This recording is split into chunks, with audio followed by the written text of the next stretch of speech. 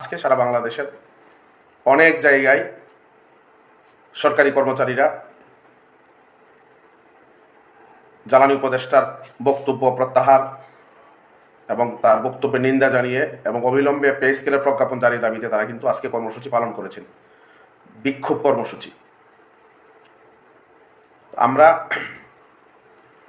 তাদের এই কর্মসূচির সাথে একাত্মতা ঘোষণা করে জাতীয়করণ প্রত্যাশী জোটের সংগঠনগুলোর সভাপতি এবং সেক্রেটারিদেরকে নিয়ে গতকালকে রাতে আমরা মিটিং করেছি।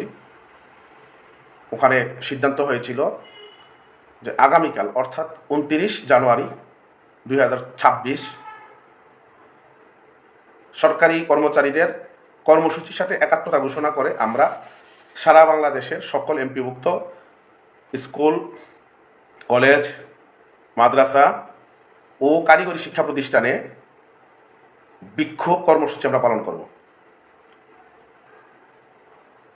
আমরা ইতিমধ্যে এমপিভুক্ত শিক্ষা জাতীয়করণ প্রত্যাশী জোটের প্যাডে আমাদের সিদ্ধান্তের কথা বিবৃতি দিয়ে আমরা জানিয়েছি এবং আরেকটি সিদ্ধান্ত আমরা নিয়েছি যে সরকারি কর্মচারীরা আগামী 30 জানুয়ারি জাতীয় প্রেস ক্লাবে তারা ইতিমধ্যে সিদ্ধান্ত নিয়েছেন যে তারা বিক্ষোভ এবং প্রতিবাদ সমাবেশ তারা সংগঠিত করবেন। আমরা এই প্রতিবাদ সমাবেশে আমাদের শীর্ষ নেতৃবৃন্দ থাকবেন এবং আমাদের এমপিভুক্ত শিক্ষক কর্মচারীদেরকে এই কর্মসূচিতে একাত্মতা ঘোষণা করার জন্য এবং ওখানে অংশগ্রহণ করার জন্য আমরা আহ্বান জানিয়েছি এবং আজকের এই লাইভের মাধ্যমে আপনাদেরকে আহ্বান জানাচ্ছি। আর 4 তারিখের প্রোগ্রাম তো আপনারা জানেন। 5 তারিখের প্রোগ্রাম 5 ফেব্রুয়ারি, 19 তারিখ জাতীয় প্রেস ক্লাবে সংবাদ সম্মেলনের মাধ্যমে আমরা যে আলটিমেটাম দিয়েছিলাম যে 4 ফেব্রুয়ারির মধ্যে যদি প্রজ্ঞাপন না হয় 5 ফেব্রুয়ারিতে আমরা সারা বাংলাদেশের প্রত্যেকটি জেলায় আমরা মানববন্ধন কর্মসূচি পালন করব এবং মানববন্ধন কর্মসূচির পাশাপাশি জেলা প্রশাসকদের মাধ্যমে মাননীয় প্রধান উপদেষ্টাকে আমরা অবিলম্বে পে স্কেলের প্রজ্ঞাপন জারির দাবিতে আমরা স্মারকলিপি দেব। আমাদের ওই কর্মসূচিটিও এখন পর্যন্ত অব্যাহত আছে। এখন আসেন আগামীকালকের যে প্রোগ্রামটি রয়েছে, আগামীকালকের প্রোগ্রামটি আপনারা আপনাদের প্রতিষ্ঠানের মধ্যেই করবেন। সব শিক্ষক কর্মচারী একসাথে হয়ে একটা ব্যানার নিয়ে আপনারা আপনাদের সুবিধামতো সময়ে আপনারা এখানে বিক্ষোভ প্রদর্শন করবেন, বক্তব্য দিবেন, সোশ্যাল মিডিয়ায় লাইভ দিয়ে ভিডিও করে অথবা ছবি উঠিয়ে আপনারা এগুলো প্রচার করবেন। আমি আবার বলছি, আপনারা আপনাদের স্কুলের নামে, আপনার মাদ্রাসার নামে, আপনার কলেজের নামে একটি ব্যানার করবেন। অলরেডি ব্যানারের নমুনা আমি আমার পেজে শেয়ার করেছি। আপনারা ওখান থেকে সেই নমুনা অনুযায়ী এবং ওই নমুনা আমি কয়েকটি কারেকশন দিয়েছি, সেই অনুযায়ী আপনারা একটি ব্যানার তৈরি করবেন। ব্যানার তৈরি করে সকল শিক্ষক কর্মচারী একসাথে হয়ে আপনারা ওখানে আপনারা বিক্ষোভ প্রদর্শন করবেন, বক্তব্য দিবেন এবং এগুলো লাইভের মাধ্যমে, ভিডিওর মাধ্যমে ছবি উঠিয়ে এগুলো সোশ্যাল মিডিয়ায় সবাই প্রচার করবেন। আপনারা কিন্তু ব্যাপক কমেন্টের মাধ্যমে আন্দোলন কর্মসূচির জন্য আমাদেরকে নিয়ে উৎসাহিত করেন। আগামীকালকে আপনাদের এই কর্মসূচিতে অংশগ্রহণ প্রমাণ করবে যে আপনারা আপনাদের এই দাবির প্রতি কতটুকু আপনারা ডেডিকেটেড, আপনারা আপনাদের এই দাবির প্রতি কতটুকু দৃঢ়, আপনারা আপনাদের এই দাবির প্রতি কতটুকু অনর, এটা কিন্তু আগামীকালকে প্রমাণ পাওয়া যাবে।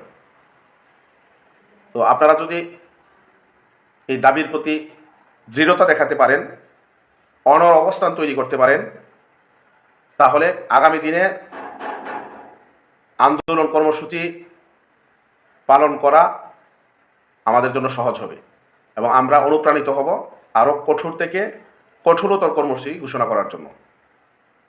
আর যদি আপনাদের স্বতঃস্ফূর্ত অংশগ্রহণ যদি আমরা আগামীকালকে না দেখি, সারা বাংলাদেশের প্রত্যেকটি শিক্ষা প্রতিষ্ঠানে যদি আমাদের এই কর্মসূচি পালন না হয়, তাহলে আমরা মনে করব যে আপনারা আপনাদের দাবির প্রতি অনড় না, দৃঢ় না। তাহলে আমরা হয়তো আমাদের এই কর্মসূচির পরে নতুন কর্মসূচিতে আরও কঠোরভাবে আমরা নিজেদেরকে নিয়োজিত করতে পারবো না। এই জন্য আমি এমপিভুক্ত শিক্ষক কর্মচারীদেরকে বলবো, বাড়ি ভাড়ার আন্দোলনে আপনারা যেরকমভাবে ঐক্যবদ্ধভাবে এই আন্দোলনকে আপনারা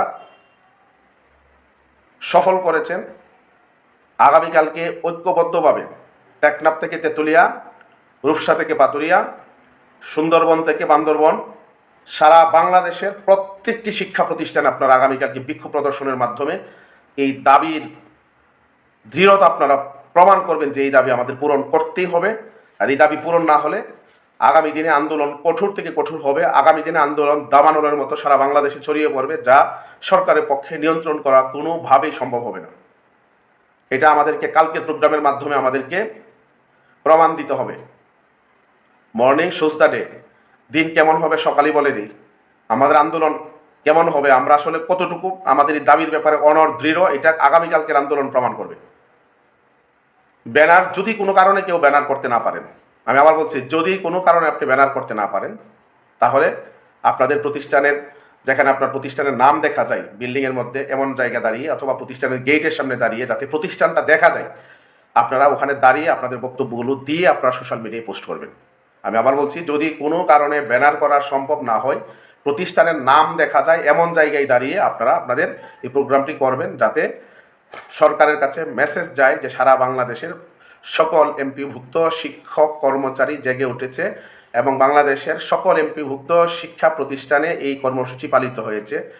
এর মাধ্যমে সরকারের কাছে যদি আমরা শক্ত মেসেজ দিতে পারি, তাহলে আমরা আশা করি সরকার এই ব্যাপারে নমনীয় হবে এবং আমাদের দৃঢ়তার কারণে হয়তোবা আমাদের জ্বালানি উপদেষ্টার বক্তব্য ভুল প্রমাণিত হতে পারে। এই জন্য আপনারা আগামীকালকের প্রোগ্রামটি অবশ্যই অবশ্যই, আমি আবার বলছি, অবশ্যই অবশ্যই আপনারা এটা করবেন। আপনারা প্রথমেই প্রতিষ্ঠানে গিয়ে আপনাদের উপস্থিতি যে খাতা আছে, হাজিরা খাতায় আপনারা স্বাক্ষর করবেন। স্বাক্ষর অ্যাসেম্বলি শেষ করে তারপর আপনারা বিক্ষোভটা করবেন। বিক্ষোভ সমাবেশ করে আপনারা আপনাদের স্বাভাবিক শ্রেণী কার্যক্রমে আবার অংশগ্রহণ করবেন। আমরা এখানে সর্বোচ্চ আধা ঘন্টা থেকে 1 ঘন্টা সময় নিতে পারি, আমরা এর বেশি নেওয়ার দরকার নেই। আধা ঘন্টা থেকে 1 ঘন্টা এটা আপনারা আপনাদের মতো করে নেবেন। অ্যাসেম্বলির পরে আপনারা এই প্রোগ্রামটি করবেন। প্রোগ্রাম করে আবার আমরা স্বাভাবিকভাবে আমাদের শ্রেণী কার্যক্রমে আমরা ফিরে যাব।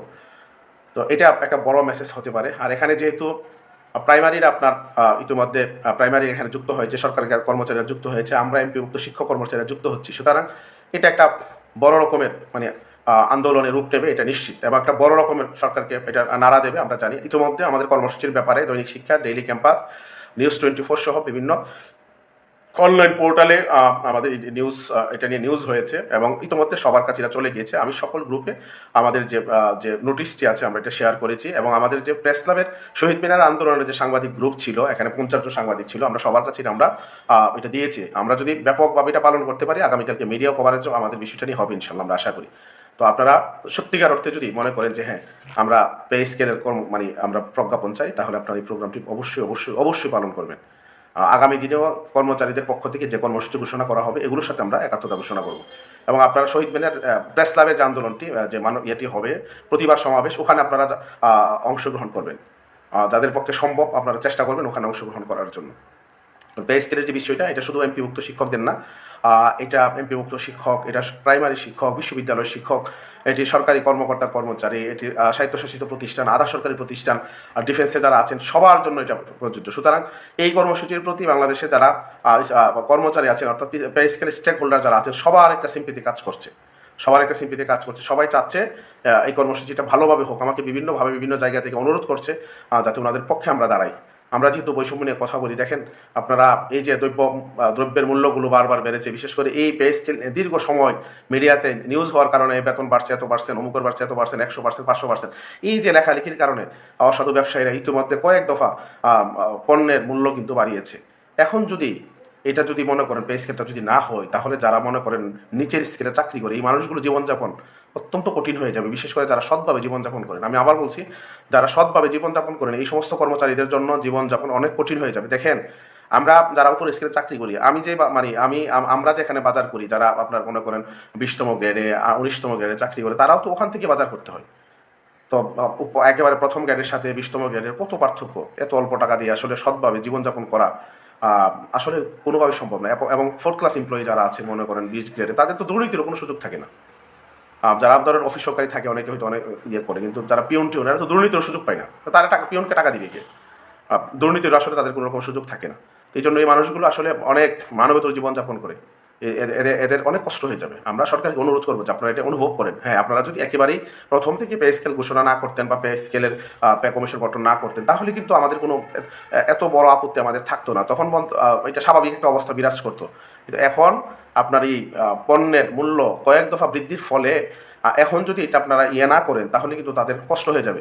বিশেষ করে তাদের একটা চিন্তা ভাবনা ছিল যে যেহেতু পণ্যের মূল্য বৃদ্ধি পেয়েছে, সরকার যদি পে স্কেলটা প্রজ্ঞাপন দেয়, তাহলে আমাদের পক্ষে অন্তত কিছুটা হলে আমরা স্বস্তিতে আমরা হয়তো ফ্যামিলিকে নিয়ে, মা বাবা সন্তান স্ত্রীকে নিয়ে একটু ভালো থাকতে পারবো। কিন্তু আপনারা আগে গতকালকে যে জ্বালানি উপদেষ্টা মহোদয় তিনি যে বক্তব্য দিয়েছিলেন, অত্যন্ত আপত্তিজনক বক্তব্য। এটা সারা বাংলাদেশের pay scale stake holder lakh lakh কর্মচারীকে, প্রায় 22 লক্ষ আপনার পে স্কেল স্টেক হোল্ডার আমরা সহ আর সবাইকে কিন্তু হতাশ করেছে, চরমভাবে হতাশ করেছে। তো আমরা আবারও তার এই বক্তব্য প্রত্যাহারের আহ্বান জানাচ্ছি এবং আমরা তার এই বক্তব্যের জন্য তীব্র নিন্দা এবং প্রতিবাদ জানাচ্ছি। জাতীয়করণ প্রত্যাশী জোট বিগত দিনে আন্দোলন করেছে এবং সফলভাবে এই সরকারের সময় 2টি আন্দোলন বের করে নিয়ে এসেছে।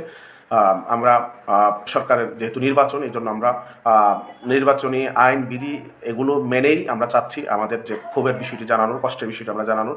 এবং আমরা এখানে মানে নির্বাচনী বিধির ভিতরে থেকে যতটুকু সর্বোচ্চ কর্মসূচি পালন করা যায়, যতটুকু সর্বোচ্চ কঠোর হওয়া যায়, আমরা কিন্তু কঠোর থেকে কঠোর হব।